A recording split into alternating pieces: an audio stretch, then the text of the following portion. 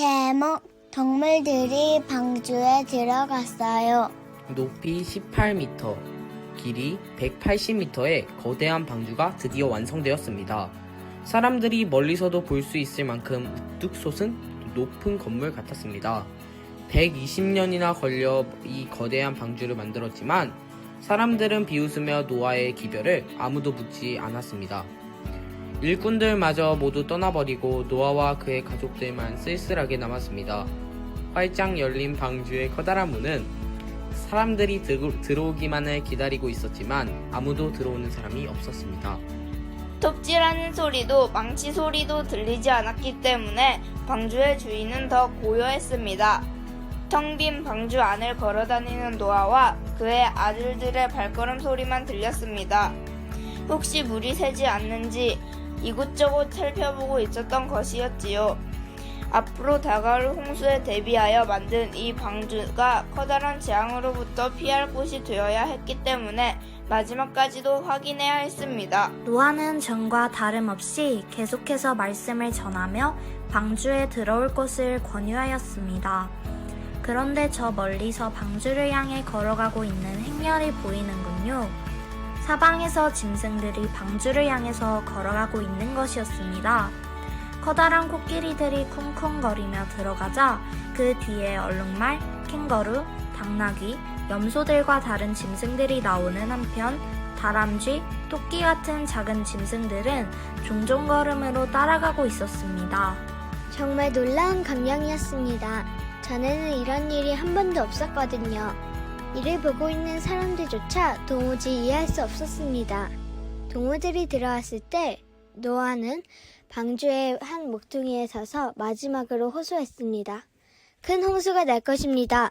세상은 곧 물로 멸망할 것입니다. 그렇기 때문에 짐승들이 들어온 것입니다. 여러분들도 들어오십시오. 비가 내리기 전에 어서 들어오십시오. 그러나 누구 하나 응답하는 사람이 없었습니다. 사람들은 전과 다름없이 노아를 비웃으며 집으로 돌아갔습니다. 그리고 다시 악을 행했습니다. 노아가 더 이상 해야 할 일은 없었습니다. 그들에게 기회가 올 때마다 형세에 대해 경고하고 그의 말에 주의를 기울이도록 수도 없이 외쳤지만 죄의 눈에 먼 사람들은 자기 만족에 빠져 구원받기를 원하지 않았습니다. 그들은 하나님의 말씀에 완전 구먹은 상태였습니다. 노아가 그의 아들들과 아내와 자부들과 함께 홍수를 피하기 위해 방주에 들어갔고 정결한 짐승과 부정한 짐승과 새와 땅에 기는 모든 것이 하나님이 노아에게 명하신 대로 암수 둘씩 노아에게 나와 방주로 들어갔습니다. 노아는 결코 다시 볼 수 없는 세상의 아름다움을 뒤로하고 안으로 들어갔습니다. 그리고 보이지 않는 손이 조용하고도 신비스럽게 방주의 큰 문을 닫았습니다. 방주 안에 들어간 노아는 시험을 받았습니다. 방주 밖에 있던 사람들은 노아가 방주에 들어간 지 몇 날이 지나도 아무 일이 일어나지 않자 더 크게 깔깔대며 웃었습니다. 3일, 4일, 5일, 6일 시간이 흘러갔습니다. 노아는 정말 옳은 일을 한 걸까요? 그가 정말 진리인지 정말 홍수가 날 것인지 그의 믿음은 시험받았습니다. 7째 날이 되었을 때 하늘은 온통 시커먼 먹구름으로 덮여 있었습니다. 천둥이 치고 번개가 번쩍거리더니 빗방울이 떨어지기 시작했습니다. 그것은 역사상 처음으로 내리는 비였습니다. 하늘에서 물이 떨어지다니 그것은 노아가 120년 전부터 말했던 것이었습니다. 노아는 옳았던 것입니다. 무서운 비가 계속해서 퍼붓더니 낮은 곳에 있는 땅은 물이 고여서 호수같이 되었습니다. 이제 물은 사방에 퍼졌습니다. 사람들은 지붕 꼭대기로 올라가기 시작했습니다. 사람들은 홍수다! 노아가 말한 대로 홍수가 나타났다! 울부짖으며 방주 문을 두드렸습니다. 바다에서 산더미 같은 파도가 밀려오는 것을 보고 사람들은 더 높은 곳으로 올라갔지만 도망칠 곳은 전혀 없었습니다. 물은 점점 더 높이 차올랐습니다. 그날의 큰 기쁨의 샘들이 터지며 하늘의 창들이 열렸기 때문이었습니다. 문 좀 열어주세요. 좀 들여보내주세요. 사람들은 미친 듯이 소리를 질렀습니다. 그러나 때는 이미 너무 늦었습니다. 물은 점점 더 높이 차올라 집들과 언덕, 숲까지 모두 휩쓸어 버리고 마침내 제일 높은 바위 꼭대기까지 덮고야 말았습니다. 이 넓은 세상에 살아남는 것은 아무도 또 없었습니다. 어른이고 아이고 모두 죽었습니다. 한편 물이 차오르자 방주가 떠오르기 시작했습니다.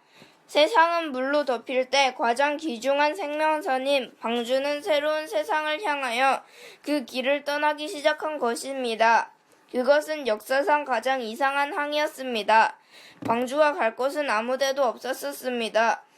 항구가 없어졌기 때문에 그저 물결 가는 대로 이리저리 떠돌아다닐 뿐이었습니다. 비록 목적지 없이 떠있기만 했어도 이 방주는 하나님께 큰 의미를 주는 것이었습니다. 방주에 탄 사람 가운데 누군가를 통해서 뱀의 머리를 상하게 할 여자의 후손이 나올 것이기 때문입니다. 사단은 이 방주를 물속에 가라앉히기만 하면 하나님의 계획을 뒤집어 엎을 수 있었기 때문에 갖은 애를 다 썼습니다. 집채만한 파도가 밀려와 부딪히고 다른 파도가 또 와서 방주를 때렸습니다. 큰 파도가 방주를 휩쓸며 지나갔지만 방주는 뒤집히거나 깨지지 않았고 가라앉지도 않았습니다. 이 모든 위험을 잘 건질 수 있었던 것은 하나님께서 방주를 지키고 계셨기 때문입니다. 비는 그쳤고 햇빛이 구름 사이로 비치고 있었습니다. 하나님께서 노아와 그와 함께 방주에 있는 모든 들짐승과 육축을 생각하셔서 비가 하늘에서 그침에 방주가 아라랏산에 머물렀으며 물이 땅에서 점점 감하여 사람들의 봉우리가 보이기 시작했습니다. 얼마나 반갑고 기쁜 날이었을까요? 방주에 있던 8사람은 역사상 가장 이상한 항해를 마치고 무사히 방주 밖으로 나갈 준비를 시작했습니다.